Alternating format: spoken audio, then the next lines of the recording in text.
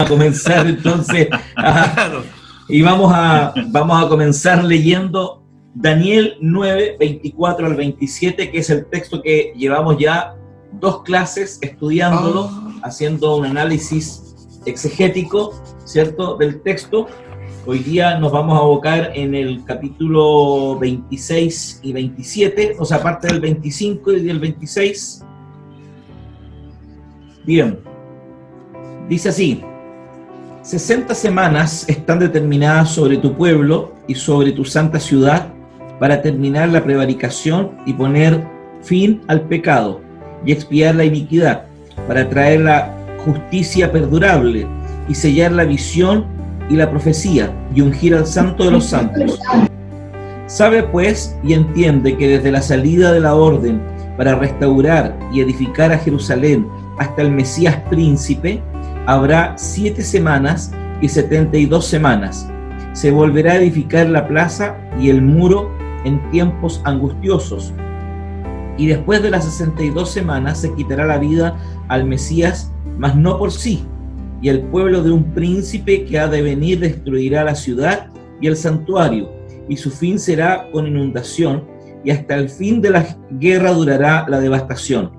Y por otra semana confirmará el pacto con muchos. A la mitad de la semana hará cesar el sacrificio y la ofrenda. Después, con la muchedumbre de las abominaciones, vendrá el desolador hasta que venga la consumación y lo que está determinado se derrame sobre el desolador. Pastor Cona es su apellido, ¿cierto? Juan Cona. Pastor Juan, guíanos en oración para comenzar ya esta clase, por favor. Juvenal Cona es mi nombre, mi pastor. Pastor Juvenal, sí. Por favor, guíanos en oración. Vamos a orar al Señor. Padre, en el nombre de Jesús te damos gracias por darnos esta oportunidad de estar delante de tu presencia, Señor, en torno a la palabra, a estos estudios, Dios del cielo. Bendice nuestras vidas, te lo pedimos, Señor. Dios, en este día, a través de esta reunión, Señor, por esta plataforma, abre nuestro entendimiento, Señor, permítanos entender, comprender, Señor, Jesucristo, estas verdades que están reveladas, Señor, en la palabra, Señor. Y despiértanos en el Espíritu, muévenos, Señor, a estar delante de ti y poder entender, Señor. Nuestros ojos espirituales, ábrelos, Dios del cielo. Señor, permite que traigas luz a nuestro limitado conocimiento o entendimiento, Señor Jesús. Oh Dios amado, permítenos que a través del conocimiento podamos ver frutos, Señor, de fidelidad, de amor, delante de ti. Muévenos a ti a través de estos estudios, Señor, acuerdo a tu gloria, Señor, y a tu misericordia sobre nuestras vidas. Te lo pedimos todo en el nombre de Jesús. Amén y amén. Amén. Bien, voy a colocar el power porque vamos a seguir profundizando. Cristo de la gloria. Aleluya. Ya. Ahora sí. Me tropecé, disculpe. Bien. Vamos a comenzar desde aquí, hasta la frase, hasta el Mesías príncipe, que vendría siendo la frase del verso 25. Ya, desde ahí vamos a retomar, porque ya hemos visto varias cosas. ¿Cómo estás, Juan Manuel? No te había saludado, te había hecho así nomás con la manito. Bien. Hola, pastor, bendiciones. Igual. Encontramos aquí un problema cuya solución es tentativa.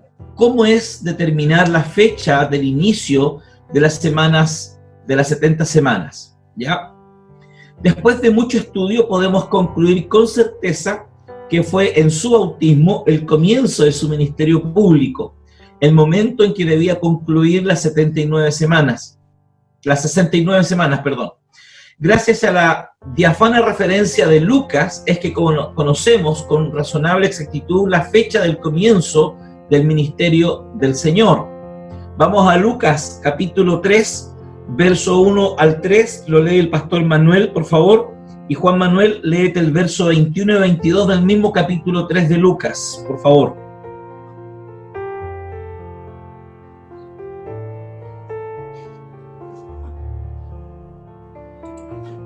El audio, pastor Manuel. Sí, estoy. Lucas ya había perdido ya la gimnasia de esto ya. Lucas 3 del 1 al 3, ¿sí? Sí. Sí. En el año 15 del imperio de Tiberio César, siendo gobernador de Judea, Poncio Pilato y Herodes, tetrarca de Galilea, y su hermano Felipe, tetrarca de Iturea y de la provincia de Traconite, y Lisanias, tetrarca de Abilinia, y siendo sumos sacerdotes Anás y Caifás, vino palabra de Dios a Juan, hijo de Zacarías, en el desierto, y él fue por toda la región contigua al Jordán, predicando el bautismo del arrepentimiento para perdón de pecados. Hasta ahí está. Sí, Juan Manuel, 21 y 22. Y aconteció que cuando todo el pueblo se bautizaba, también Jesús fue bautizado, y orando el cielo se abrió. Y descendió el Espíritu Santo sobre él en forma corporal como paloma, y vino una voz del cielo que decía: Tú eres mi Hijo amado, en ti tengo complacencia. Amén. Entonces aquí podemos ver, observar, ¿cierto?, que hay claridad con toda la información que nos entrega. Lucas, ¿cierto?, nos dice y escribió para un público no judío. Es probable que haya utilizado el calendario helenístico, lo que nos situaría más o menos entre el 28 y el 29 después de Cristo. Recuerden que hay un promedio de 4 a 6 años de error, porque el año cero, ¿cierto?, cuando se plantea que el año cero es tal fecha, el nacimiento de Cristo, ahí hay un error ya, de acuerdo a la evidencia de Lucas, ya hay un error entre 4 a 6 años, ¿ok? Así que tenemos ese error ahí de margen. No es posible entonces precisar más, por cuanto las restantes referencias no nos proporcionan márgenes más estrechos. Poncio Pilato fue gobernador de Judea entre el 26 y el 36. Herodes Antipas fue tetrarca de Galilea entre el año 4 a.C. y el 34 después de Cristo.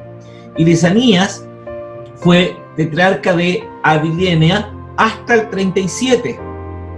Otras referencias, de ser correctas, podrían ser útiles si no poseyeran alguna imprecisión.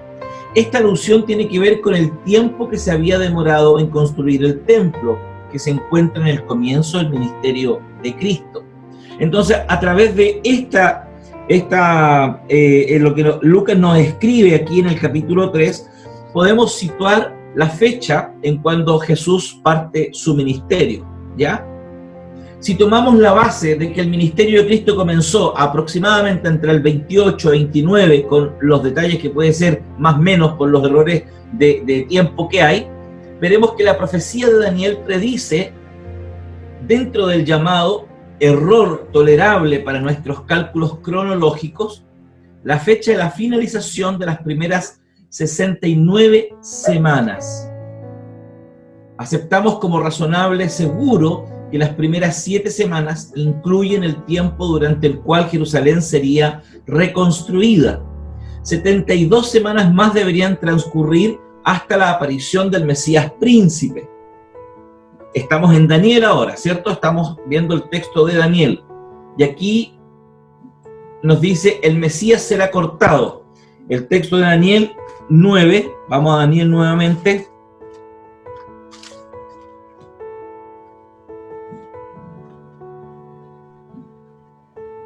Dice, Mesías príncipe, habrá 62 semanas, y 2 semanas se volverá a edificar la plaza y el muro en tiempos angustiosos. Y después de las 62 semanas se quitará la vida al Mesías. ¿Ok? Estamos en el verso 26. El Mesías del verso 26 es seguramente el mismo mencionado como Mesías príncipe en el verso 25. No tendría por qué ser otra persona distinta. Y es muy probable que él habría de ser ungido según el verso 24. Entonces, el verso 26 dice: después de las 62 semanas, el Mesías será muerto y no tendrá nada. ¿Ya? Esta es otra versión, no es la Reina Valera, porque la Reina Valera, este texto dice: y después de las 62 semanas se quitará la vida al Mesías, mas no por sí. Ojo, mas no por sí. Esa frase de la Reina Valera, ya la vamos a ver, la traduce muy mal. Aquí queda un poco más comprendida. Esta es la Reina Valera del 95, si no me equivoco, que es la que me lo traduce así. O la NBI. Una de las dos estoy usando, error mío que no puse ahí cuál versión era. Pero de ahí lo comprobamos. Aquí está la versión de la Reina Valera del 60, que dice lo que yo les leía. Y después de las 62 semanas se quitará la vida al Mesías, mas no por sí. Como ya demostramos que las 62 semanas del verso 26 son como, con toda probabilidad, las mismas mencionadas en el verso 25, fíjense, después de este plazo el Mesías será muerto o se le quitará la vida. El verbo hebreo planteado aquí en el texto es karat, que significa literalmente cortar. También, además de su significado literal, el término tiene otras acepciones que nos pueden interesar mucho.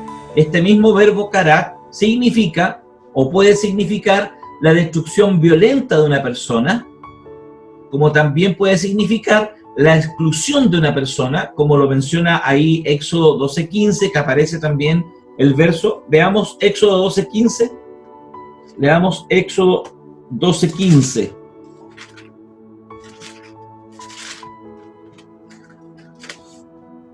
Pastor Juvenal, ¿lo tuviera usted a mano? Éxodo 12:15, por favor. Sí, 7 días comeréis pan sin levadura, y así el primer día haréis que no haya levadura en vuestras casas, porque cualquiera que comiere leudado desde el primer día hasta el séptimo será cortado en Israel. Será cortado o será excluido, ¿ya? Es la misma idea. Tercero, sin lugar a dudas, el uso más importante de la raíz es cortar un pacto, lo mismo que la palabra berit. Berit es la palabra pacto y significa cortar. Esta palabra está impregnada de significado teológico, la palabra karat, que es la palabra en hebreo que se utiliza acá en el texto. Un pacto debe ser cortado porque la matanza de animales era parte del ritual del pacto. Es evidente que el cortamiento del Mesías significa tanto su muerte violenta como la exclusión de la nación de Israel. Vamos a Juan capítulo 1, verso 11.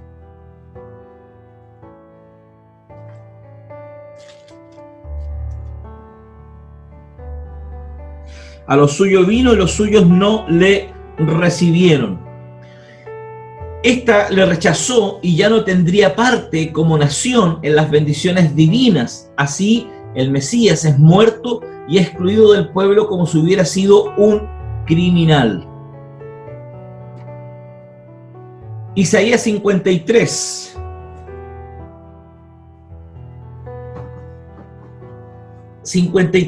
Verso 3 al 8.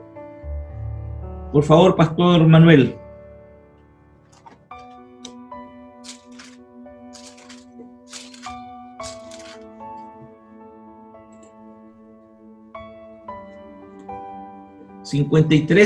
Verso 3 al 8.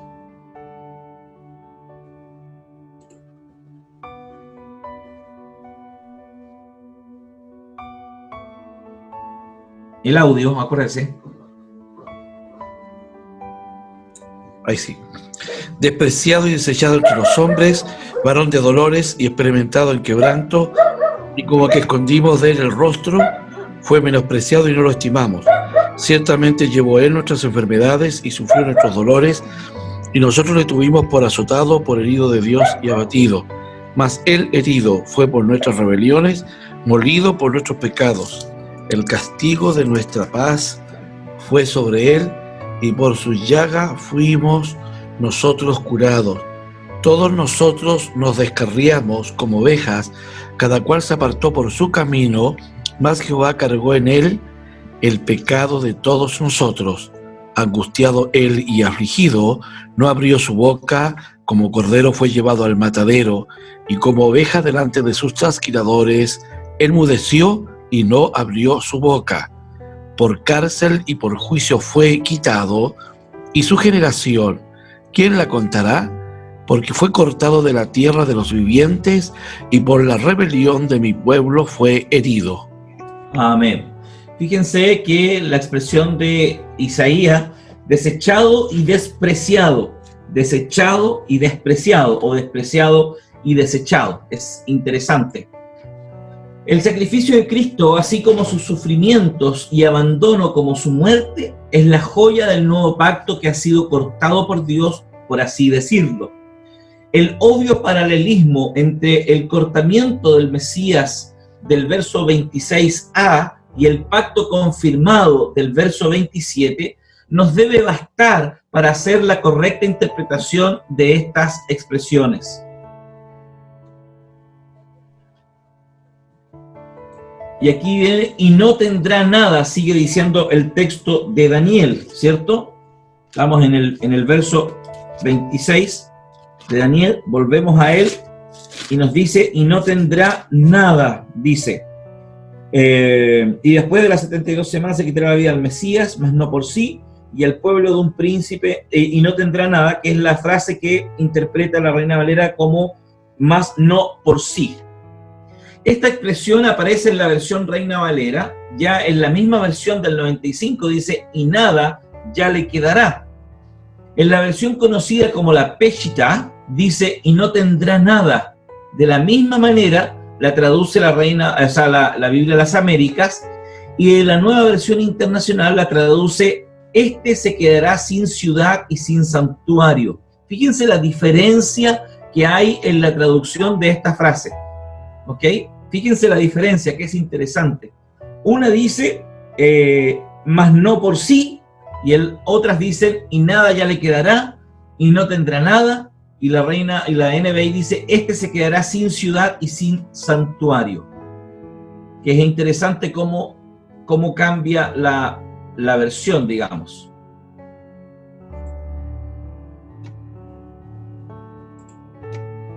La traducción más aceptable de esta rara expresión que ahí está en hebreo es véenlo, es que se refiere al abandono total de parte del Padre como de la humanidad que Jesús experimentó en la cruz. Esa es la idea de la expresión. Por eso es tan importante verla de forma aparte, y es importante verla también en el contexto que está, porque tiene coherencia al decir que es, ¿cierto?, el abandono total del Padre, ¿ok? Que es la expresión abandono total del Padre. Todo aquello que por derecho propio le fue arrebatado.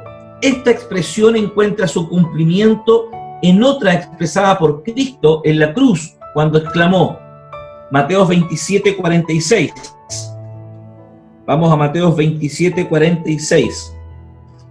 Dice, cerca de la hora novena, Jesús clamó a gran voz diciendo, Elí, Elí, lama sabactani. Esto es, Dios mío, ¿por qué me has desamparado?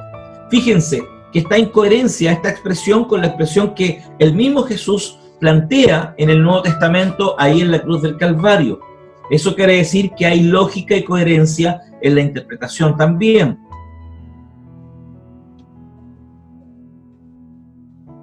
Perdón. Y aquí viene lo que se llama el gran paréntesis. ¿Cómo se justificará? La escuela dispensacional plantea que en esta parte viene el paréntesis, el paréntesis que se estira y se extiende. Entonces, ¿cómo podemos justificar este paréntesis? Es la gran pregunta. Como he señalado, el dispensacionalismo ha hecho grandes esfuerzos por abrir una brecha en la unidad de las 70 semanas. Ellos afirman, y si estoy equivocado, por favor, corríjanme los que manejan mucho mejor que yo el dispensacionalismo, por favor. Ellos afirman, el Mesías es cortado después de la semana 69, pero no en la 70. Entre ambas semanas insertan el gran paréntesis dispensacional que tiene que ver con el tiempo de la iglesia, que debe desconectarse del tiempo dado a la nación de Israel. Pero este pero es muy importante, ya que el texto de la profecía no muestra fisura alguna donde insertar el famoso paréntesis. Ya su existencia ni siquiera insinuada, Porque en el verso 26 decimos, y después de las 72 semanas se quitará la vida al Mesías, mas no por sí. Y el pueblo de un príncipe que ha de venir destruirá la ciudad y el santuario, y su fin será con inundación, hasta el fin de la guerra durará la devastación. Yo en lo personal, sin querer proporcionarme, o mejor dicho, establecer un prejuicio, pero no veo una fisura en el texto donde me indique algún tipo de paréntesis, que haya como un lapso de tiempo en que se abre una brecha. Yo no lo veo, no sé si alguno de ustedes lo puede ver o lo entiende de esa forma, pero sigamos analizando el texto. El origen de paréntesis no es otra cosa que un error exegético, por una parte, además de una acomodativa posición dogmática. No encontramos ningún exegeta conservador que ni siquiera insinúe la existencia de un paréntesis entre la semana 7 y 8, entre la semana 7 y 8. La división entre las semanas obedece que la fin de la semana 7 señala la conclusión de la restauración de la ciudad, de la misma manera que el fin de la semana 69 señala el tiempo de la manifestación del Mesías. No es semana 8 ahí, es 69, por si acaso. Ahí tengo un error de tipeo. Por eso no es razón para separar la semana 69 de la 70. Esa es la idea principal. No tenemos cómo separar la semana 69 de la 70. Por lo menos bíblicamente hablando y teológicamente hablando, no la tenemos. El motivo, entonces, es simple.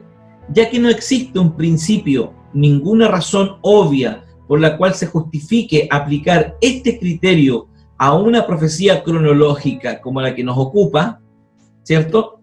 Jamás un número específico de unidades de tiempo que cubren un periodo descrito se ha tomado como otra cosa que unidades de tiempo consecutivas. Nos puede ser de ayuda estos ejemplos. Los 400 años de servidumbre en Egipto, Gálatas 3:17. Vamos a confirmar esos argumentos.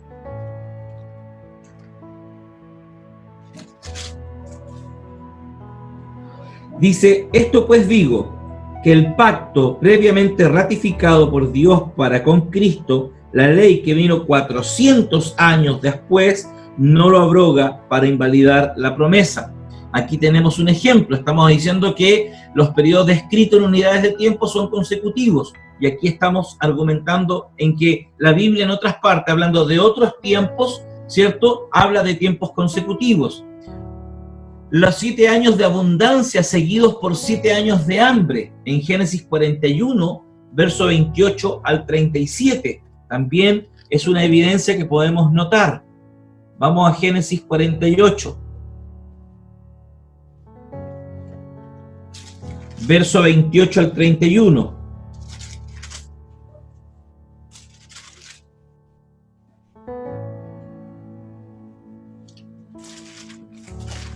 Génesis 41, verso 28 al 31. Génesis 41. Dice así. Dice, esto es lo que respondo a Faraón. Lo que Dios va a hacer lo ha mostrado a Faraón. He aquí vienen 7 años de gran abundancia en toda la tierra de Egipto, y tras ellos seguirán 7 años de hambre, y toda la abundancia será olvidada en la tierra de Egipto, y el hambre consumirá la tierra, y aquella abundancia no se echará de ver a causa del hambre siguiente, la cual será gravísima. Otra vez usando un tiempo consecutivo y lo usa como tal, como un tiempo consecutivo. No es 7 años ahora, 7 años después, no, es consecutivo. Cuando habla de tiempo, generalmente la Biblia lo habla de consecutivo. Los 40 años en el desierto también de Moisés, ahí en Números 14:34, que lo pueden revisar también después. Los 70 años de exilio de Jeremías 25:11, que también son ratificados también por Jeremías, ¿cierto? Y ya dijimos en el verso 25 que Daniel está pensando, cuando habla de las 70 semanas, está pensando en los 70 años del exilio de Jeremías. 25:11 dice Jeremías: toda esta tierra será puesta en ruinas y en espanto, y servirán estas naciones al rey de Babilonia 70 años. Entonces, ¿por qué tratar los tiempos consecutivos que habla Daniel de forma distinta cuando tenemos la evidencia de la propia escritura, ¿cierto?, que está hablando de tiempos consecutivos? Ahí hay un argumento importante que nos responde a la pregunta ¿cómo podemos justificar? En la práctica, o la respuesta sería: no tenemos cómo justificar el paréntesis del dispensacionalismo. No tenemos cómo justificarlo, no tenemos cómo argumentarlo, no tenemos incluso ni siquiera una evidencia interna del mismo Daniel que nos hable o nos diga que esto es un paréntesis. Ralph Gudrum, en su libro Grandes Profecías de la Biblia, nos dice algo muy interesante. Él dice: la teoría del gran paréntesis se asemeja a un hombre con una regla, el cual cortó la última pulgada y colocó un trozo de elástico entre las pulgadas 35 y 36. Entonces, él podía separar la pulgada 36 de la 35 tanto como quisiera. Podía hacer corresponder la regla con cualquier longitud que deseara, pero al hacer esto anuló el propósito para el cual se destinaba la regla. Creemos que la misma inconsistencia está implicada en la práctica futurista de separar la semana 70 de la 69 por un paréntesis de 2000 años más o menos, o más incluso, porque no tenemos evidencia para separar esas semanas, la 70 de la 69. Ni siquiera el texto bíblico nos plantea esa posibilidad. Entre otras cosas, además es lógico pensar que a partir del texto de la profecía, Daniel entendió que había un periodo de 490 años que Dios había establecido para quitar el pacto de Israel e instaurar justicia eterna. Para que esos objetivos se cumplieran, el Mesías tenía que morir y su muerte conformaría el nuevo pacto. Esto no ocurriría en futuro próximo, sino medio siglo más tarde. Y ahí entonces viene la frase que él dice: el pueblo de un príncipe ha de venir. ¿Se dan cuenta que en el mismo diálogo de Daniel no encontramos una fisura que nos permita de alguna forma poner en duda o poder reflexionar en decir: oye, pero aquí está dando un argumento del paréntesis? Pastor Manuel, dígame. No le escucho porque no ha habilitado el audio. No, después le voy a preguntar con respecto al verso 27. Ya, ok, que para allá vamos. Estamos en el 26, para allá vamos.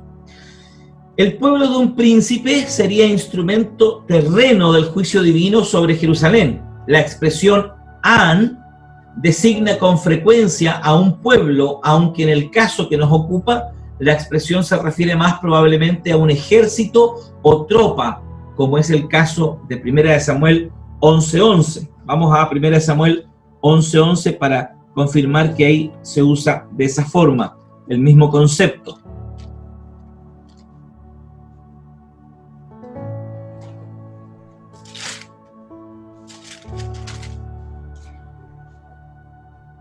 Aconteció que al día siguiente dispuso Saúl al pueblo en tres compañías, y entraron en medio del campamento a la vigilia de la mañana e hirieron a los amonitas hasta que el día calentó, y los que quedaron fueron dispersos de tal manera que no quedaron dos de ellos juntos. Dice, aunque el día siguiente dispuso Saúl al pueblo en tres compañías, ahí está usando el mismo concepto, an, ¿ok? Lo más probable es que se trataría del ejército de un príncipe. Este príncipe se encuentra en cierta manera contrapuesto con el Mesías príncipe del verso 25 y del verso 26, pero quien en definitiva cumple el designio de la profecía sobre Jerusalén, ¿ok? O sea, este Mesías príncipe que ha de venir, ¿cierto? Quizás el pueblo de un príncipe que ha de venir, esa expresión, ese príncipe no es el mismo Mesías que nos toca en el verso 25. La expresión que vendrá debe ser entendida a la luz que recibe en el capítulo 11. Allí esta palabra se utiliza siempre para describir un ejército agresor, sin referencia temporal al futuro. El capítulo 11 utiliza este verbo, habba, 17 veces, siempre con la misma connotación, ¿ok? Siempre con la misma connotación. El capítulo 11 de Daniel, por si acaso, ¿ah?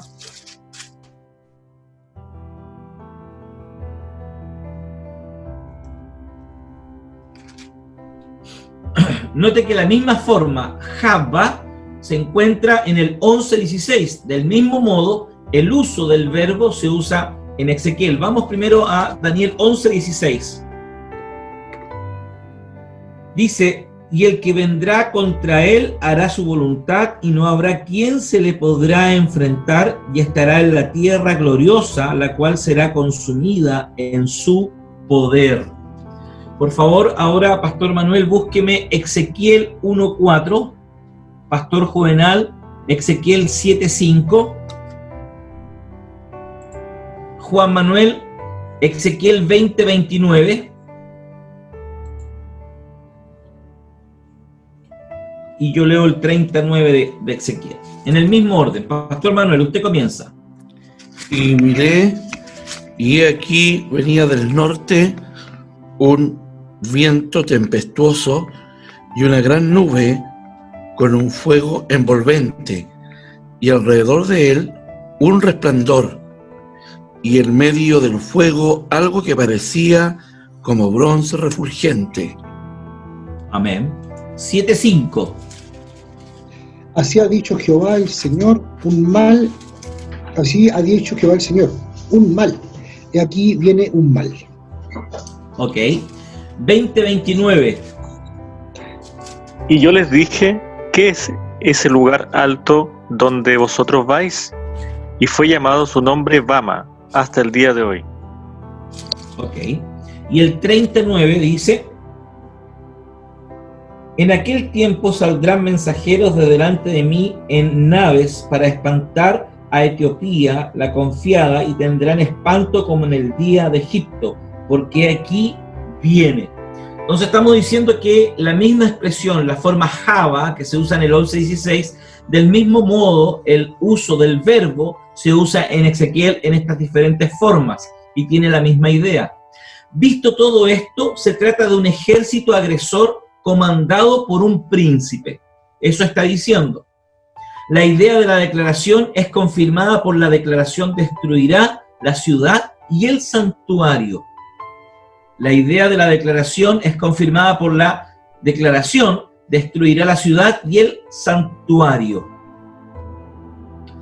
La ciudad y el santuario serían completamente destruidos, así como en una inundación o diluvio, y hasta el fin continuaría la destrucción y la guerra. Tenemos que entender entonces que la siguiente frase, hasta el fin, esta puede referirse al cese o periodo final o al desenlace. Este último parece el significado más lógico aquí. Si comparamos esta frase con la siguiente, parece que el fin se refiere a todo el asunto de la invasión de este príncipe que va a venir con su ejército. Se establece que habrá entonces desolación por causa de la inundación. Nuestros amigos dispensacionalistas afirman que el príncipe del verso 26 es el anticristo escatológico, el hombre de pecado, la bestia apocalíptica, el cuerno pequeño. Pero esto se trata de afirmaciones, diríamos nosotros, ex cátedra, sin ningún fundamento. En el versículo mismo no hay absolutamente nada que nos identifique a este príncipe con el anticristo. Ciertamente, como hemos señalado, el Mesías príncipe que trae bendición a su pueblo está en oposición con el pueblo del príncipe que trae destrucción y muerte. Son dos personas distintas, ¿ok? Por otro lado, la obra de Tito y de su ejército fue el resultado del rechazo del Mesías por parte de la nación israelita. Fue un juicio divino ejecutado por un ángel pagano y su ejército. De la misma manera, que siglos antes que Jehová había utilizado a Nabucodonosor para ejecutar su juicio sobre Israel y a Ciro para restaurar la nación. Esto no es nada nuevo en el trato de Dios con Israel, sin duda. Y aquí viene entonces la siguiente frase que nos plantea el texto. Aquí comenzamos el verso 27. Dice, Él hará un pacto con muchos. Él hará un pacto con muchos. El verso 27 es traducido como sigue en diferentes versiones. Fíjense, aquí yo les puse por lo menos unas 6 versiones para que vean las diferencias que tenemos en la traducción de este verso. Fíjense, ahí tienen la Pechitá, la Reina Valera de 1602, la Reina Valera del 95, la Biblia de las Américas, la Dios habla hoy y la NBI en el mismo texto. La Pechitá dice, por una semana Él confirmará un pacto con muchos. La Reina Valera del 60 dice, y por otra semana confirmará el pacto con muchos. La de 1602, Reina Valera, dice, y en otra semana confirmará el pacto a muchos. Ya hay una diferencia entre por una semana y en otra semana, como dice la del 602. La Reina Valera 95 dice, por otra semana más confirmará el pacto con muchos. La Biblia de las Américas dice, y Él hará un pacto firme con muchos por una semana. Interesante ahí como lo plantea la Biblia de las Américas también. La Dios habla hoy, dice, durante una semana más Él hará un pacto con mucha gente. Y la NBI lo traduce, durante una semana ese gobernante hará un pacto con muchos. ¡Wow! Tremendo ver ese mismo pasaje en diferentes versiones, ¿cierto? Es interesante porque nos plantea algunas disyuntivas y algunas cosas interesantes que hay que ir solucionando. Profundicemos entonces. El verso 27 de la parte A de Daniel plantea una interrogación sobre quién es el que confirma el pacto. Dice, y después de las 62 semanas se quitará la vida, y por otra semana confirmará el pacto con muchos. Y la interrogante es, ¿quién confirmará el pacto? ¿Quién es el personaje que confirmará el pacto? Por supuesto que los dispensacionalistas contestan al unísono, con mucha certeza. Ellos dicen, el príncipe es quien pasa inmediatamente a primer plano en el verso 27. Él confirmará el pacto con muchos durante una semana. La 70ª semana comenzará cuando el pueblo judío sea reintegrado a su tierra y ciudad en su incredulidad, y habrá en él un remanente fiel. Los muchos, esto es la masa apóstata del pueblo, harán un pacto con el príncipe cuyo pueblo fue anteriormente el instrumento de la destrucción de la ciudad. Vamos siguiendo el relato. Ironside, en su comentario a Daniel, página 114, nos dice, es decir, que el gran líder romano, Blasfemo, les garantiza su protección y la libertad de adoración religiosa por 7 años, a cambio de lo cual ellos le prometerán lealtad como soberano, dice Ironside en su comentario a Daniel, página 114. Otra plantea que el anticristo reinará por 7 años, o sea, durará toda la semana 70 de Daniel.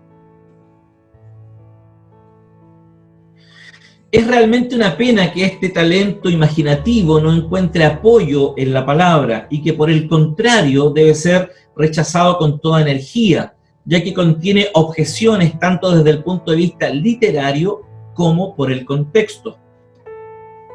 No hay duda alguna, el príncipe no es el sujeto del verso 26a, sino su pueblo, o mejor dicho, su ejército. La cláusula del príncipe es genitivo del sujeto, o sea, que el que aclara la filiación u origen del ejército que ejecutaría el juicio divino.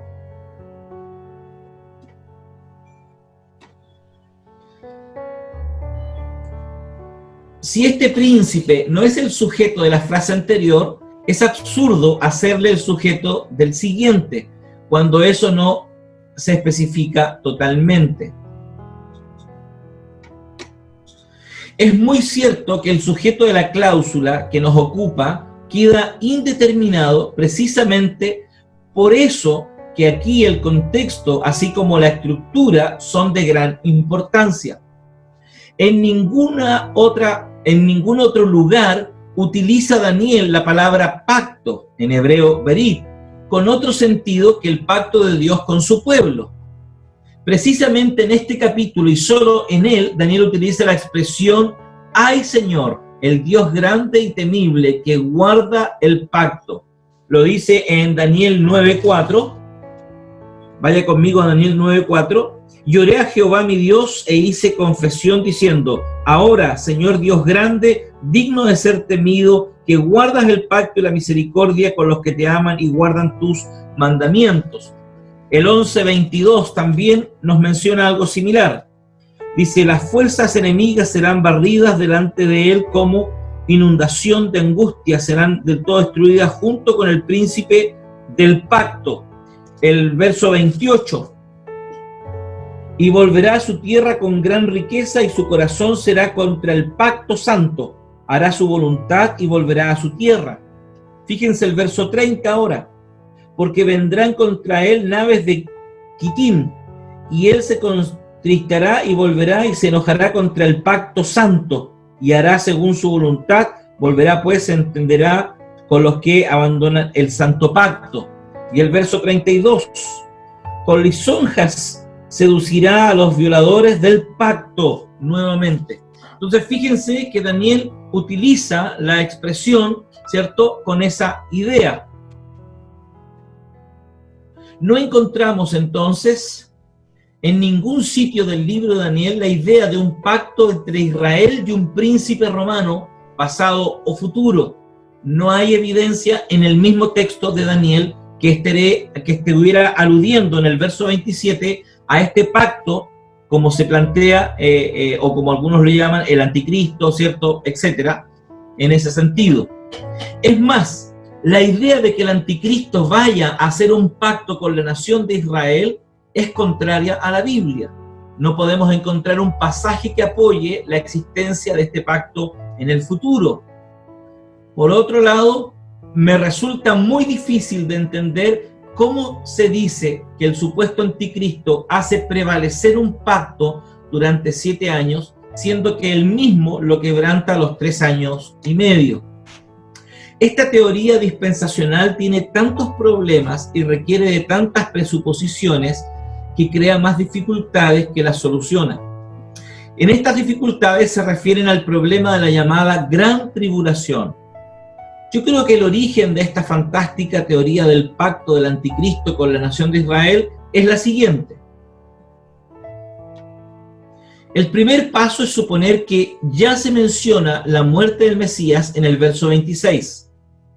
En lo que resta del pasaje, el Mesías no vuelve a ser mencionado. Esta suposición es básicamente en la interpretación dispensacional del pasaje y es enteramente infundada.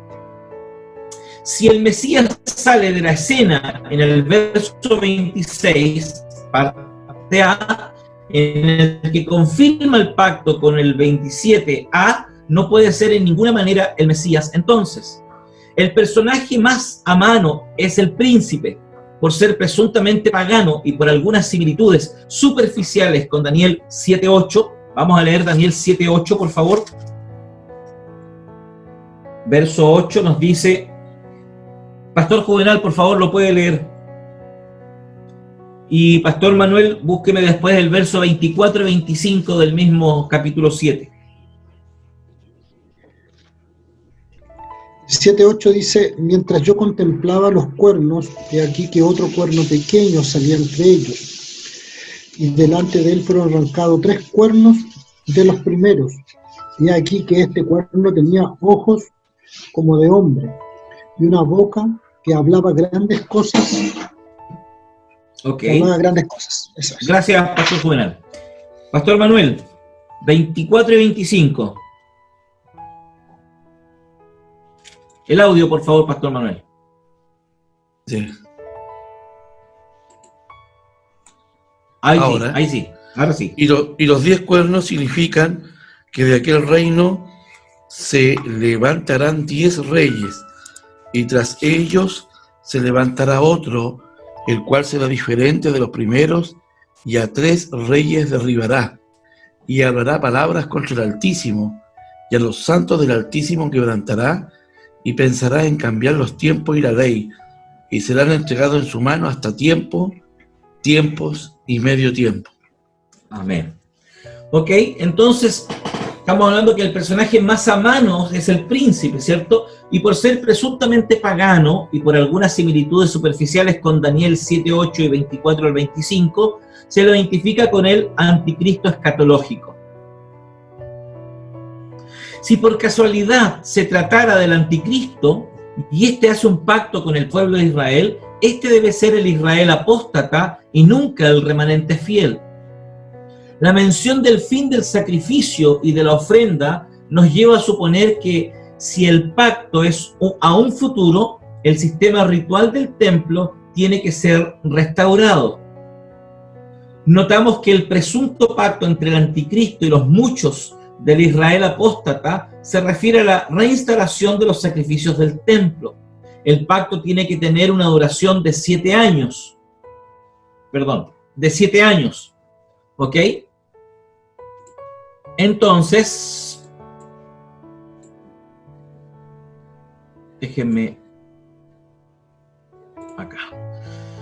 Entonces dijimos que el pacto tiene que tener una duración de 7 años.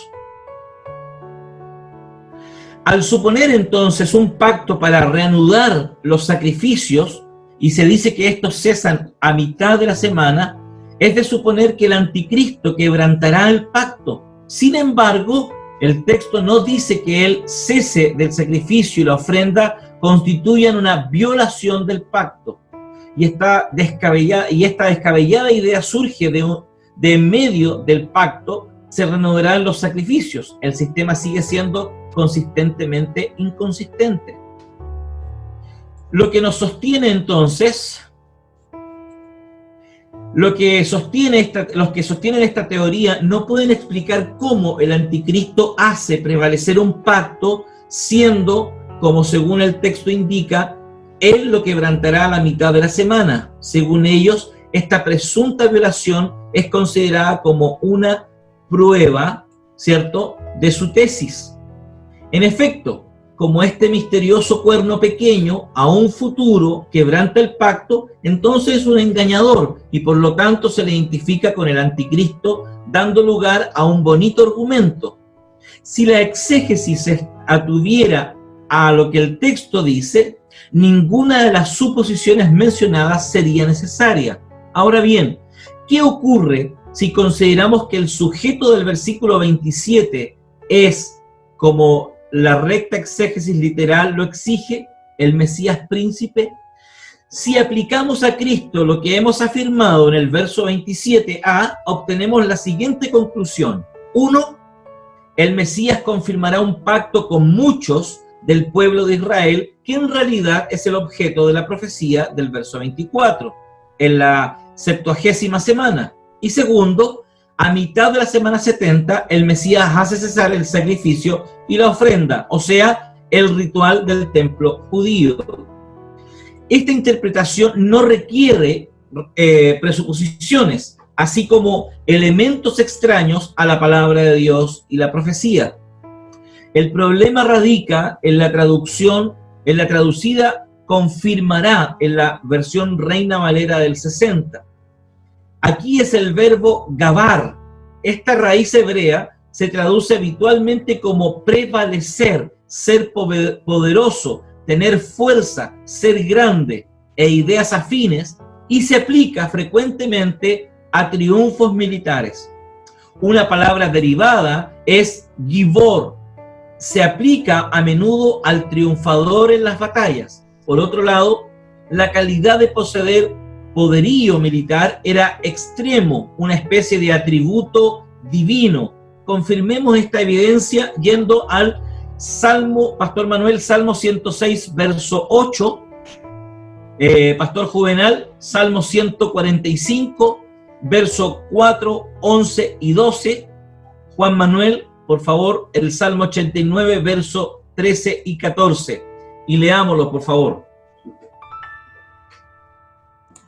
Salmo 106, verso 8. Ya. Pero Él los salvó por amor de su nombre, para hacer notorio su poder. Para hacer notorio su poder. Pastor Juvenal. Su audio, por favor, Pastor Juvenal. 145:7. Sí, 145, verso 4, verso 11 y verso 12, por favor. 145:4. Generación a generación celebran tus obras y anunciará tus poderosos hechos. Amén. Y el verso ¿Otro? 11 y 12. 11 y 12 dice: y la gloria de tu reino digan y hablan, la gloria de tu reino digan y hablen de tu poder, para hacer saber a los hijos de los hombres sus poderosos hechos y la gloria de la magnificencia de su reino. Amén. Amén. Gracias, Pastor Juvenal. Juan Manuel.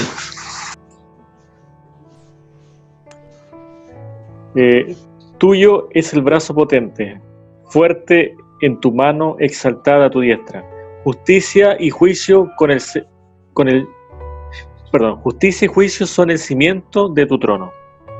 Misericordia y verdad van delante de tu rostro. Amén.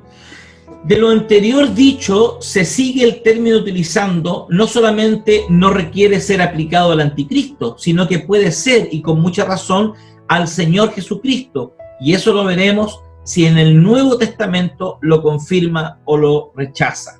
¿Ok? El nuevo pacto, el plan de Dios.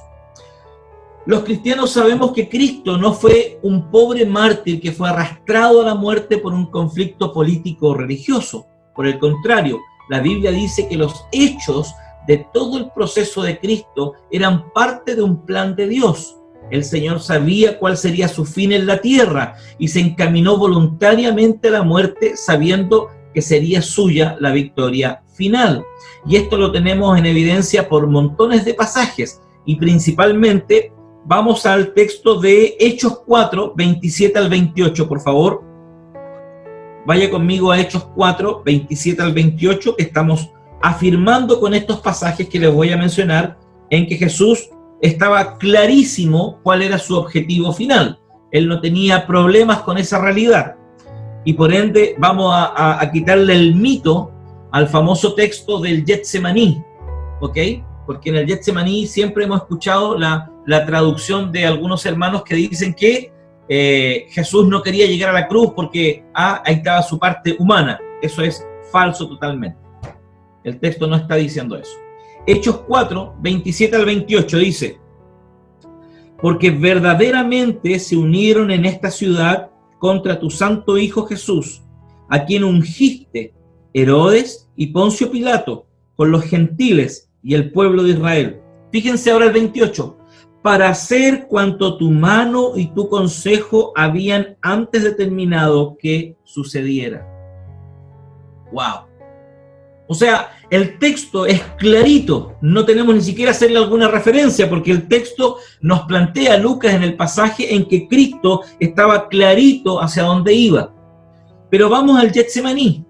En el Getsemaní, ¿cierto? En Mateos, cuando está en Mateo en el capítulo, déjenme acordarme, el capítulo de, en Mateos,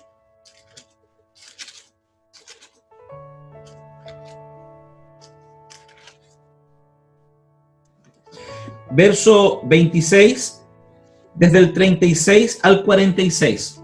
Siga conmigo esta lectura, por favor. Dice: entonces llegó Jesús con ellos. Entonces llegó Jesús con ellos a un lugar que se llama Getsemaní y dijo a sus discípulos: sentaos aquí, entre tanto que yo voy ahí y oro. Y tomando a Pedro y a los 12 hijos de Zebedeo, comenzó a entristecerse y a angustiarse en gran manera. Entonces Jesús le dijo: mi alma está muy triste hasta la muerte, quedaos aquí y velad conmigo. Y yendo un poco más adelante, se postró sobre su rostro, orando y diciendo: Padre mío, si es posible, pasa de mí esta copa. Si es posible, pasa de mí esta copa, pero no se haga como yo quiero, sino tú, como tú. Vino luego sus discípulos y los halló durmiendo y dijo a Pedro: ¿así que no habéis podido velar conmigo una hora? Velad y orad para que no entréis en tentación. El espíritu a la verdad está dispuesto, pero la carne es débil. Otra vez fue y oró por segunda vez diciendo: Padre mío, si no puedes pasar de mí esta copa sin que yo la beba, hágase tu voluntad. Vino otra vez y los halló durmiendo, porque los ojos de ellos estaban cargados de sueño. Y dejándolos se fue de nuevo y oró por tercera vez diciendo las mismas palabras. Entonces vino a sus discípulos y les dijo: dormid ya y descansad.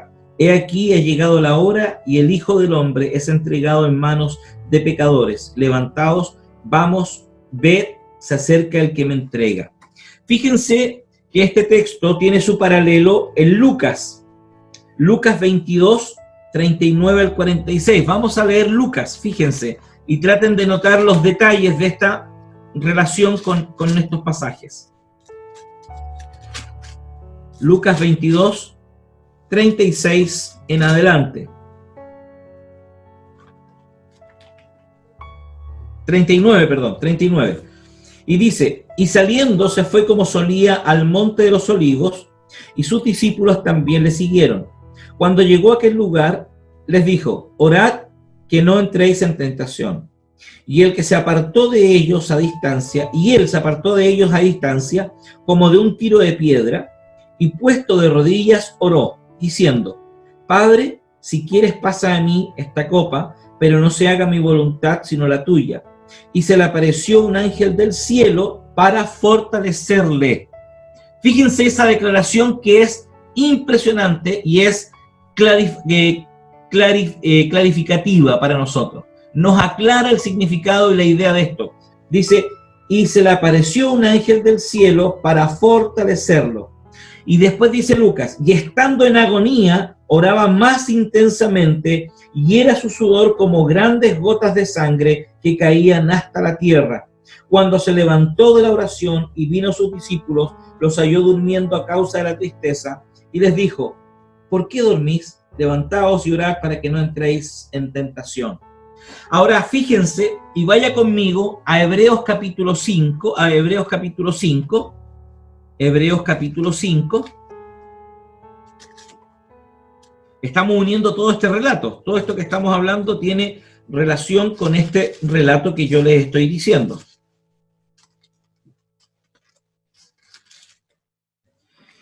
Versículo 7 y 8. Dice: y Cristo, en los días de su carne, ofreciendo ruegos y súplicas con gran clamor y lágrimas al que le podía librar de la muerte, fue oído a causa de su temor reverente. El verso 7 solamente. Y Cristo, en los días de su carne, ofreciendo ruegos y súplicas con gran clamor y lágrimas al que le podía librar de la muerte, fue oído a causa de su temor reverente. Fíjense que el escritor de Hebreos nos plantea otra cosa importante. Dice que Cristo en los días de su carne estaba ofreciendo ruegos y súplicas con gran clamor y lágrimas. Lucas nos identifica que ese clamor, ese gran clamor, eran gotas de sangre, de sudor. Eso tiene un nombre científico que siempre se me olvida, la enfermedad ahí, que es algo de epi no sé cuantito, no sé cuantito. El Alejandro me la dijo también el otro día y se me olvidó, pero es cuando se abren los poros, cuando estás en grande no persecuciones, cuando estás en momento angustioso a gran nivel, se abren los poros y tú empiezas a sudar sangre, y eso puede provocar un paro cardíaco. Y lo que Jesús está diciendo entonces no es que él no quería llegar a la cruz, porque sería contradictorio afirmar que Cristo no quería llegar a la cruz, cuando en Juan capítulo 4:30, mire lo que dice Juan 4:30, el 34 dice: Jesús dijo, mi comida es que haga la voluntad del que me envió y acabe su obra.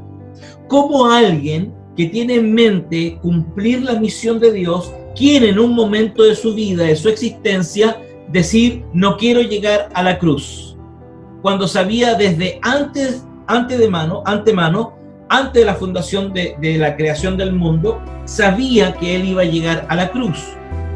Y el Juan 5:30, fíjense ahora, Juan 5:30, no puedo yo hacer nada por mí mismo, según oigo así juzgo, y mi juicio es justo, porque no busco mi voluntad, sino la voluntad del que me envió, la del Padre. Otra vez, Jesús mismo, diciendo que él buscaba hacer la voluntad del Padre. Entonces, contradictorio decir que Jesús no quería llegar a la cruz. El decir y el usar el texto del Getsemaní para decir que Jesús no quería llegar a la cruz es relativamente una herejía. ¿Ok? Y eso es lo que estamos argumentando. Entonces, los cristianos sabemos que Cristo no fue un pobre mártir que fue arrastrado a la muerte por un conflicto político-religioso. Por el contrario, la Biblia dice que los hechos de todo el proceso de Cristo eran parte de un plan de Dios. El Señor sabía cuál sería su fin en la tierra, que era la cruz. Él no vino a otra cosa sino a morir en la cruz. Y se encaminó voluntariamente a la muerte sabiendo que sería suya la victoria. Por eso él dice que como oveja al matadero fue hacia la cruz sin quejarse, sin decir nada. Pastor Juvenal, por favor léame Juan 10:17. El pastor Manuel léame Marcos 10:45. Juan Manuel léeme Lucas 11:20 al 22. Y continuaremos. Pastor Juvenal. Juan 10:17 dice, por eso me ama el Padre, porque yo pongo mi vida para volverla a tomar. Aleluya. Jesús está diciendo, por eso me ama el Padre, porque yo decidí voluntariamente ir a la cruz. No, esto no fue un tema de que, wow, se le escapó de las manos el plan al Señor y tuvo que hacer un plan B, tuvo que desarrollar algo para que pueda yo lograr No, Jesús dice, oye, por eso me ama, porque yo decidí antes de la fundación del mundo ir a la cruz. Pastor Manuel, por favor.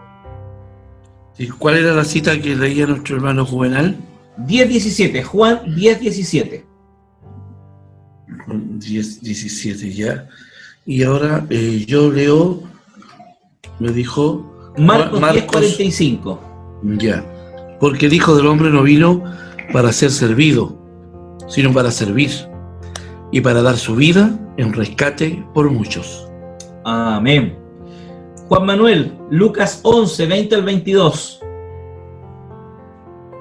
20 al 22. Ya dice, más por el dedo de Dios he hecho yo fuera a los demonios. Ciertamente el reino de Dios ha llegado a vosotros. Cuando el hombre fuerte guarda su palacio, en paz está lo que posee. Pero cuando viene otro más fuerte que él y le vence, le quita todas sus armas en que confiaba y reparte el botín. Amén.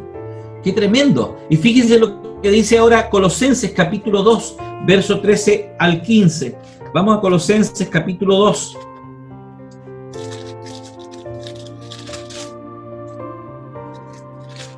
Dice, y a vosotros, estando muertos en pecados, en la incircuncisión de vuestra carne, os dio vida juntamente con él, perdonando todos los pecados, anulando el acta de los decretos que había contra nosotros, que nos era contraria, quitándola de en medio y clavándola en la cruz, y despojando a los principados y a las potestades los exhibió públicamente, triunfando sobre ellos en la cruz.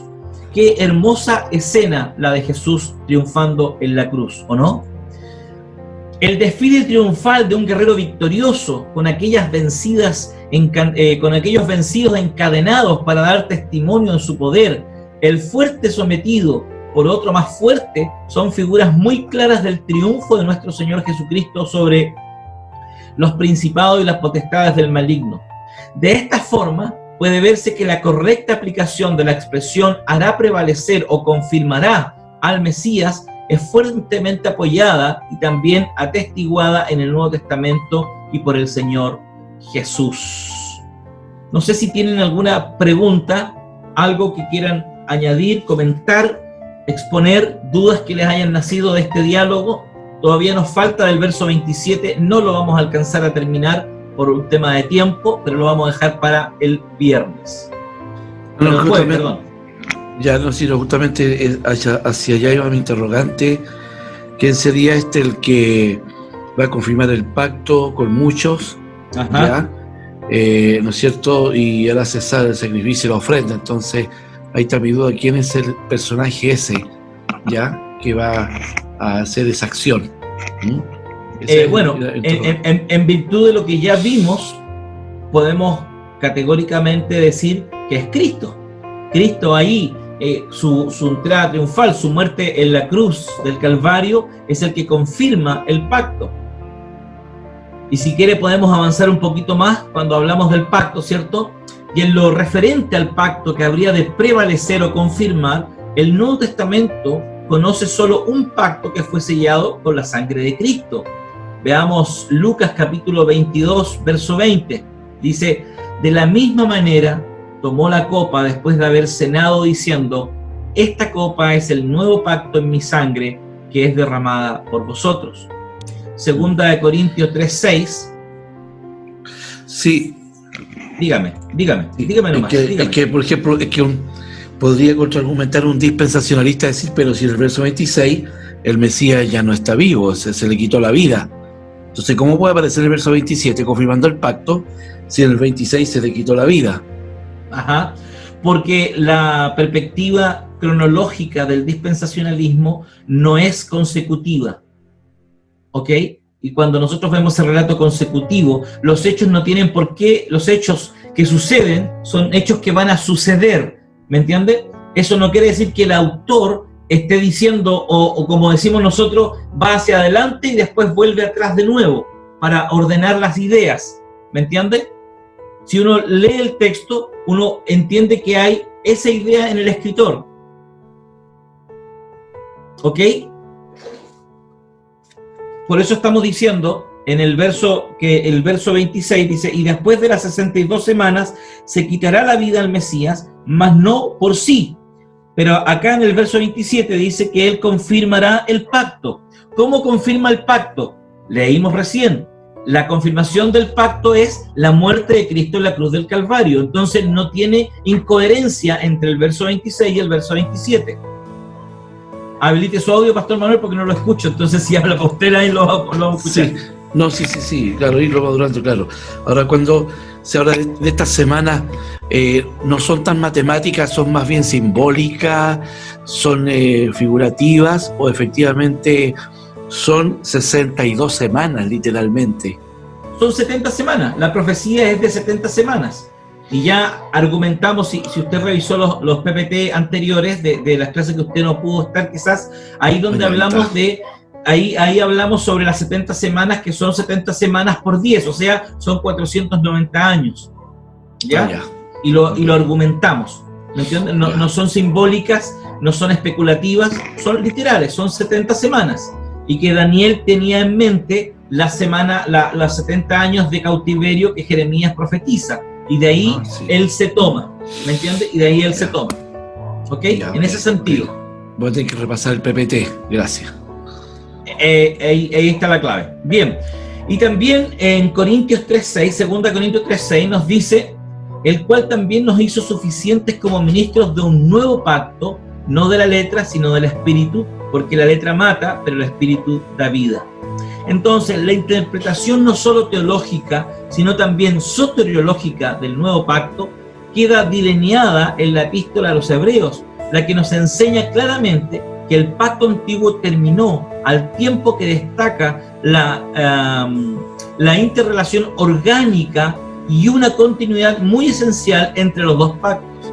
El pacto contiene una relación estrecha entre Dios y el hombre, en el cual Dios está obligado a cumplir ciertas promesas y exige al hombre una respuesta clara acerca de la fe. En el Antiguo Testamento, el hebreo berit se utiliza tanto para señalar pactos entre amigos, reyes o pueblos, como para referirse a la relación divino-humanas. Pero en último extremo, todo pacto conlleva una dimensión teológica, puesto que tiene a Dios por testigo. Ese pacto se resume en esta expresión: seré a ellos por Dios y ellos me serán a mí por pueblo. Ese es el lenguaje pactual, ese es el lenguaje del pacto. Seré a ellos por Dios y ellos me serán a mí por pueblo. Resumiendo entonces, el nuevo pacto anunciado, sí, perdón. ¿Me iba a decir algo? Hay una consulta que tengo, por ejemplo, dice, y por otra semana confirmará el pacto con muchos, sí. A la mitad de la semana hará cesar el sacrificio y la ofrenda. Pero después sí. Sigue el texto, dice, y después con la muchedumbre de las abominaciones vendrá el desolador, hasta que venga la consumación y lo que está determinado que se derrame sobre el desolador. Exacto. En este caso, mi consulta es, siguiendo el texto, es ¿quién es, en este caso sería el desolador? Vamos para allá. Okay. Vamos para allá, porque no hemos terminado el texto de analizarlo, por eso, porque voy frase por frase resaltando las cosas para poder que lo comprendamos. O sea, la verdad que lo que hicimos del texto del 24 al 27, hicimos una exégesis detallada, minuciosa, ¿ok? Todo desde que comenzamos Daniel, hemos estado haciendo una exégesis detallada del texto para poder entenderlo a la luz de las Escrituras, más que de una posición escatológica, a la luz de las Escrituras, no a la luz de una posición escatológica, a la luz de las Escrituras. ¿Qué es lo que nos comunica? ¿Cuál es el argumento que tenemos para defenderlo en ese sentido? ¿Pastor Manuel? Sí, justamente buscar la explicación, sobre todo aquí, que no sea forzada para nada, como para defender efectivamente un argumento, ya, porque pueden decir, qué sé yo, los no dispensacionalistas están como forzando también, estirando el chicle como para justificar su tesis. Exacto. Ahora, por eso es importante indagar bien y buscar los pasajes claves para corroborar esto. Ahora, cuando se habla del pueblo y del príncipe que vino a destruir la ciudad, supongamos que esto Daniel lo estaba profetizando antes que ocurriera. Eso ocurrió cuando se habla del pueblo y del príncipe que ha destruido la ciudad, se refiere a Jerusalén. Fue entonces la destrucción bajo el Imperio Romano por Tito Vespasiano, el rey Tito del año 70. Con Tito Vespasiano, sí. Ahí cuando destruye Jerusalén, y se cumple con lo que dice Cristo, no quedará piedra sobre piedra. Exacto, justamente. Perfecto. Pastor Manuel, justamente, usted lo ha dicho, justamente. ¿Ya? Claro, como para responder ante cualquier situación, decir, entonces, ¿por qué no el anticristo entonces dar a conocer esta situación? Exacto, exactamente. Ahí está el argumento histórico y bíblico. Fíjese, ahí tiene dos argumentos. El argumento histórico lo respalda, que es la entrada del rey Tito el año 70, que destruye Jerusalén, destruye el templo y cesa todo sacrificio en el templo. Por ende, desde esa fecha hasta la fecha no hay sacrificio ni tampoco hay templo. ¿Se acuerdan de eso, cierto? No hay nada de eso. Entonces, ahí está, el argumento histórico respalda esa perspectiva y también el argumento bíblico respalda, porque Jesús mismo dice, no quedará templo, no quedará piedra sobre piedra de este templo. ¿Cierto? Y para ir finalizando entonces, resumiendo, el nuevo pacto anunciado por Jeremías y cumplido por Cristo implicaba por lo menos tres cosas fundamentales. La ley sería escrita en los corazones, indicando guía, dirección e instrucción, llevar a un conocimiento vital y personal de Dios, y tercero, quitar los pecados. Eso es indispensable, porque en el antiguo pacto solamente los cubría por un año. Recuerden que todos los años se hacía ese sacrificio, y que el sacerdote, cada personaje del pueblo le llevaba su ovejita, el sacerdote oraba, le echaba la sangrecita y todo lo demás, y mataba a ese corderito, y se cubría el pecado de ellos por un año, y el otro año volvían a perder. Y por eso Hebreo es tan categórico Fíjense, vaya conmigo a Hebreos capítulo 10, para que corroboremos esto que les estoy diciendo. Hebreos capítulo 10, dice así, voy a leer desde el verso 2 en adelante. Dice, de otra manera, voy a leer desde el 1 mejor, para que se entienda todo el texto. Porque la ley, teniendo la sombra de los bienes venideros, no la imagen misma de las cosas, nunca puede, por los mismos sacrificios que se ofrecen continuamente cada año, hacer perfectos a los que se acercan. De otra manera, cesarían de ofrecerse, pues los que tributan este culto limpios una vez no tendrían ya más conciencia de pecado. Pero en estos sacrificios cada año se hace memoria de los pecados, porque la sangre de los toros y de los machos cabríos no pudo quitar los pecados. Por lo cual, entrando en el mundo, dice, sacrificio y ofrenda no quisiste, mas me preparaste cuerpo. Holocausto y expiación por el pecado no te agradaron. Entonces dije, he aquí que vengo, oh Dios, para hacer tu voluntad, como en el rollo del libro está escrito de mí. Diciendo primero, sacrificio y ofrenda y holocausto y expiaciones por el pecado no quisiste, ni te agradaron, las cuales cosas se ofrecen según la ley. Y diciendo luego, he aquí que vengo, oh Dios, para hacer tu voluntad, quítalo primero para establecer esto último. En esa voluntad somos santificados mediante la ofrenda del cuerpo de Jesucristo, hecha una vez para siempre. Qué hermoso pasaje, a mí me encanta este texto. Bueno, a mí me encanta el libro de Hebreos, la verdad es mi libro favorito. Lo he estudiado no sé cuántas veces y por ende estoy empezando a pensar en preparar una serie de sermones del libro de Hebreos porque realmente es espectacular y cómo nos lleva al Antiguo Testamento y nos trae al Nuevo. Acá lo que está diciendo el escritor de Hebreos prácticamente es que los sacrificios del Antiguo Testamento, los corderitos, no cumplían el objetivo, o sea, solamente cubrían el pecado por un año, pero después el pueblo terminaba el sacrificio y seguía pecando igual. En cambio, cuando Juan ve a Jesús, ¿qué le dice? He ahí el cordero que quita el pecado del mundo. O sea, Jesús, el sacrificio de Jesús, era el único que podía quitar el pecado. Porque los sacrificios de la antigüedad solo cubrían, porque no cambiaba el corazón del hombre. Jesús cambia el corazón del hombre. Y eso lo hace tremendamente interesante. Bien, y para ir finalizando entonces, como dijimos, la continuidad del pacto que justifica la expresión de Daniel confirma o hará prevalecer, hay claras afirmaciones en el Nuevo Testamento. Por ejemplo, Hechos capítulo 3, 25 y 26, Pastor Juvenal, por favor.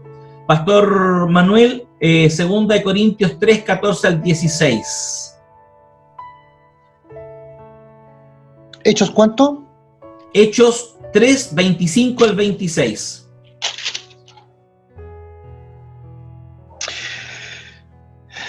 Vosotros sois los hijos de los profetas y del pacto que Dios hizo con nuestros padres, diciendo a Abraham, en tu simiente serán benditas todas las naciones de la tierra. Es el 25. Y el 26, a vosotros primeramente Dios, habiendo levantado a su Hijo, lo envió para que os bendijese a fin de que cada uno se convierta de su maldad. Amén. Pastor Manuel, por favor, 2 Corintios 3, 14 al 16. Corintios 3, perfecto, 14 dice, pero el entendimiento de ellos se embotó, porque hasta el día de hoy, cuando leen el antiguo pacto, les queda el mismo velo no descubierto, el cual por Cristo es quitado. Y aún hasta el día de hoy, cuando se lee a Moisés, el velo está puesto sobre el corazón de ellos, pero cuando se conviertan al Señor, el velo se quitará. Amén. Qué hermosos pasajes. Este es el pacto eterno que Dios dispuso siendo mediador nuestro Señor, nuestro Señor Jesucristo. Lo confirmó y lo hizo prevalecer mediante su sacrificio en la cruz del Calvario. Es de notar que en todo el Nuevo Testamento no se habla de ningún otro pacto aparte del Nuevo Pacto. Entonces, la correcta interpretación de las profecías de Daniel 9:27 y de Jeremías 31, del 31 al 34, es que el mediador del único pacto, del único nuevo pacto, es Jesucristo. Amén. Y ahí vamos a quedar para que, no sé si tienen alguna pregunta, y vamos a continuar con la frase de las semanas, ahí cuando viene con todo el resto de las preguntas. Dale, Juan Manuel. Mi consulta referente a las escuelas escatológicas, que no sé si tenemos alguna referencia o podríamos tener alguna referencia en lo que piensa en este caso el pueblo judío, que ellos son los custodios de estos libros, con respecto a precisamente ese versículo bíblico. ¿Qué es lo que significa para ellos y cómo ellos lo interpretan? Sería bueno también tener la mirada de cómo ve el pueblo judío esa interpretación. No sé de dónde se puede sacar, si hay algún libro, porque sería interesante también estudiarlo respecto a eso, porque igual hay una otra posición que yo creo que debe ser diferente incluso a la evangélica que nosotros tenemos. Lo más probable. Interesante lo que dice el hermano Juan Manuel, interesante. Sí, lo más probable. Déjame, voy a ver un libro que creo que puede aparecer, voy a revisar y se las comento la próxima clase para que la debatamos también ahí, la conversemos. ¿Les parece? Claro, ¿cómo la traduce el judaísmo, ¿no es cierto? Exacto, ¿Cómo la traduce el judaísmo? Claro. Exacto. Bien, no sé si hay preguntas, dudas, Pastor Juvenal. ¿Alguna duda, alguna pregunta? No. La verdad que he estado absorbiendo solamente. No tengo mucho conocimiento ni profundidad acerca de la escatología, menos de las dos escuelas. Coincido con lo que decían el otro día, que los pentecostales somos dispensacionalistas más que por imposición que por convicción. Así es. Y la verdad que yo he estado durante un periodo de tiempo ya amplio más o menos estudiando harto, profundizando harto.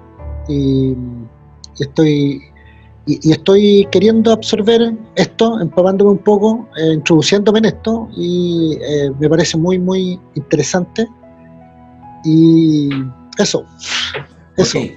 Yo lo único que les pido, y de forma muy honesta y transparente, cuestiónenme todo lo que ustedes quieran cuando yo argumento, ¿ya?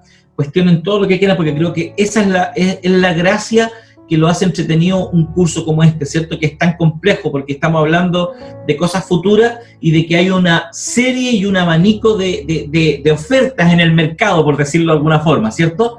Entonces, yo les pido que a la luz de las Escrituras nos cuestionemos en la interpretación. Eso es lo que nos va a ayudar a salir de nuestros propios errores y nos va a ayudar a poder fortalecer nuestras convicciones en el Señor. Claro, justamente, sí, lo que me hace ruido nomás lo que dijo usted. Le creo hasta lo que dice el verso 26, hasta ahí le compré, ¿ya? Pero el verso, ¿ya? Ahí.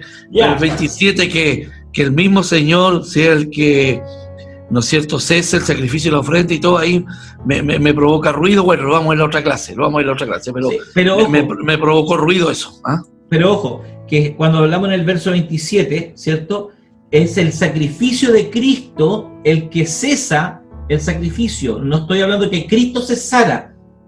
Ojo, que eso es lo que dije. Atención con lo que dije también, porque lo que yo estoy diciendo que es el sacrificio de Cristo que hace cesar el otro sacrificio y los otros sacrificios. Por eso el año 70 entra el rey Tito, destruye el templo y se acaba todo el tema. Porque incluso, fíjense en un detalle importante. El libro de Hebreos, cuando usted revisa el libro de Hebreos, y cuando habla del templo, de los sacrificios, los sacerdotes y todo eso, él lo usa en tiempo presente. O sea, como que todavía están haciendo el sacrificio.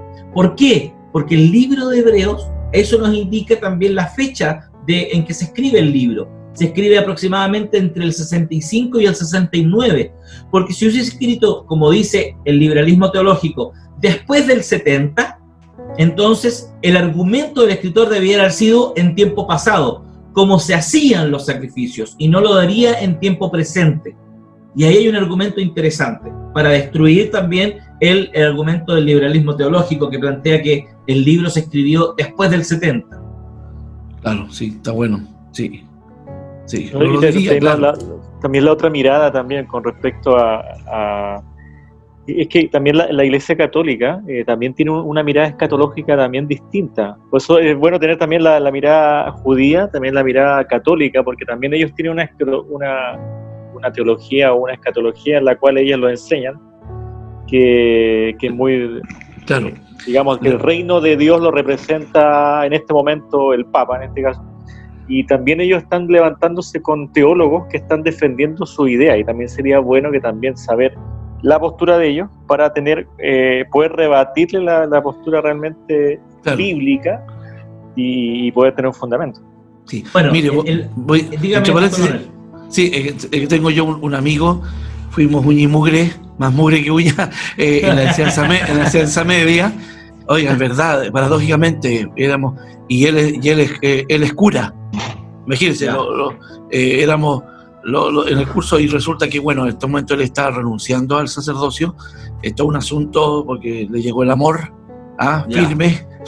Entonces, el asunto está que yo le voy a preguntarle si tiene antecedentes, alguna bibliografía que me mande, y se la podría compartir, ya con Muy respecto bien, a ese excelente, tema. Excelente, sería buenísimo.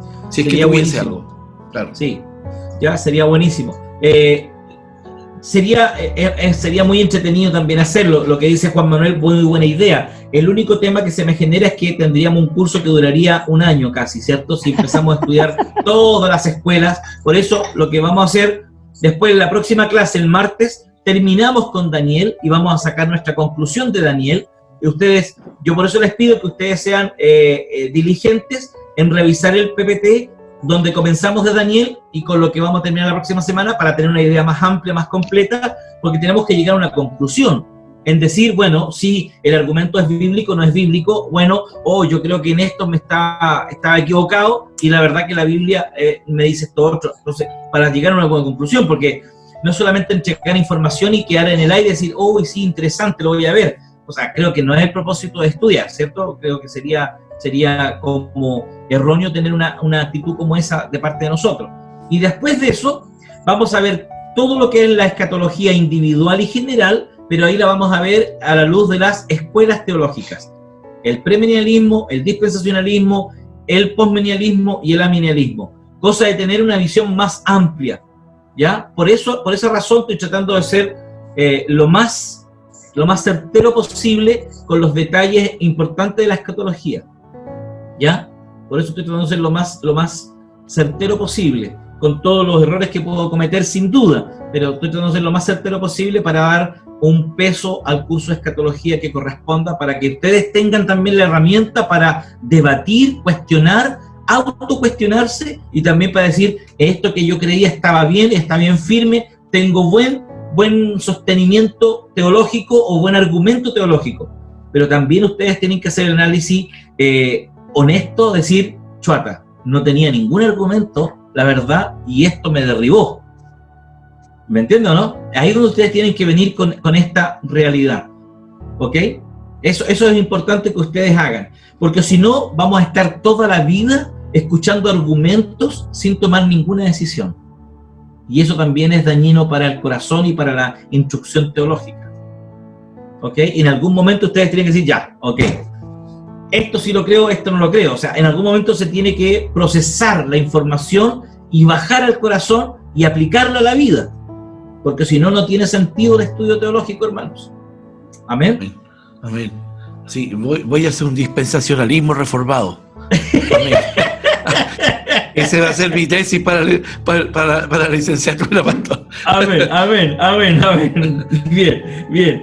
Ok, hermanos, muchas gracias por su tiempo, gracias por la paciencia. Ya estoy terminando el documento PDF, que va a estar todo lo que hemos estado hablando en el PPT, y con toda la información de dónde la saqué, la fuente y todo lo demás, está en el documento PDF. Así que, por favor, les pido un poquito de paciencia nomás, porque igual el tema es harta lectura, harto leer, harta información, conceptos teológicos, meterse al hebreo, ¿ya? Por ende, les puedo mostrar aquí que tengo abierta la Biblia en hebreo. Espérenme un segundito. Ya. Sí. La versión Pechita, ¿qué tal es? Sí, es parte de las otras versiones que tenemos, que hay, ¿ya? Es parte de las otras versiones que hay, así como también está. Fíjate que yo he encontrado una versión que se llama Versión Israelita Nazarena, y que me ha gustado mucho, hermano. Me ha gustado mucho, tiene hartas cosas interesantes. Fíjense, aquí está, mire, todo esto que está aquí es el verso de Daniel en hebreo. léalo. Po. Pero aquí está transliterado. Aquí lo tengo transliterado. Aquí está transliterado, ¿ok? Porque la versión en hebreo, obviamente esas no son las letras, las consonantes que ellos usan, no está la Aleph, que son las consonantes de ellos, pero aquí está la transliteración. Entonces es importante tener esta herramienta para poder estudiar el texto desde el original, o por lo menos lo más cercano al original, para tener una visión mucho más clara y contundente del asunto. Amén, hermanos. Pastor Manuel, despídanos en oración, por favor, para terminar ya este día. Estaba sintiendo que me iba a decir, ¿eh? Amén. Amén. Te damos gracias, oh Dios, a través de tu Hijo Jesucristo, por permitirnos un día más respirar, estar vivos. Gracias por tu misericordia. Gracias, Señor, por la presión de nuestro pastor Alejandro. Sea usted guardándole, amén, bendiciéndole, Señor, supliendo todas sus necesidades, bendiciendo de gran manera a su familia. Oh Dios, cada una de nuestras vidas también. Gracias por darnos este deseo, Señor, de aprender de tu palabra, así como Esdras fue diligente, Señor, en estudiar la ley de Moisés, amén, en estudiar la Escritura. Nosotros también seamos diligentes cada día, Señor, por acercarnos más a tu verdad, a tu palabra, Señor amado. Nada más que eso, Señor, a la gran profecía que es tu palabra. Gracias te damos, Señor, acompáñanos en este día y guárdanos, Señor, a seguir adelante, aprendiendo de esta insondable, maravillosa Escritura. Por Cristo Jesús nuestro Señor. Amén.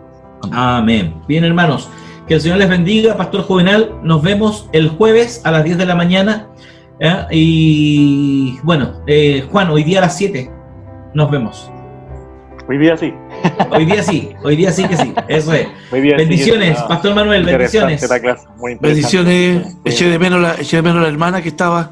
Sí, la hermana Mónica estaba enfermita, estaba enferma y por eso no se conectó, ya, me avisó. Adiós, Dios la guarde, amén. Bendiciones. Bendiciones, saludos a la familia, Pastor Manuel, cariños, chao, chao. En su nombre, gracias, Pastor. Saludos. Un abrazo grande. Saludos a Antofagasta. La perla del norte, saludos. En Tocopilla vive este chiquillo. Tocopilla, pero región de Antofagasta, así que estamos cerquita. Tocopilla, la tierra del chico maravilla. Eso es. Del niño maravilla. Bendiciones. Chao, chao. Sí. Chao, chao. Chao, chao.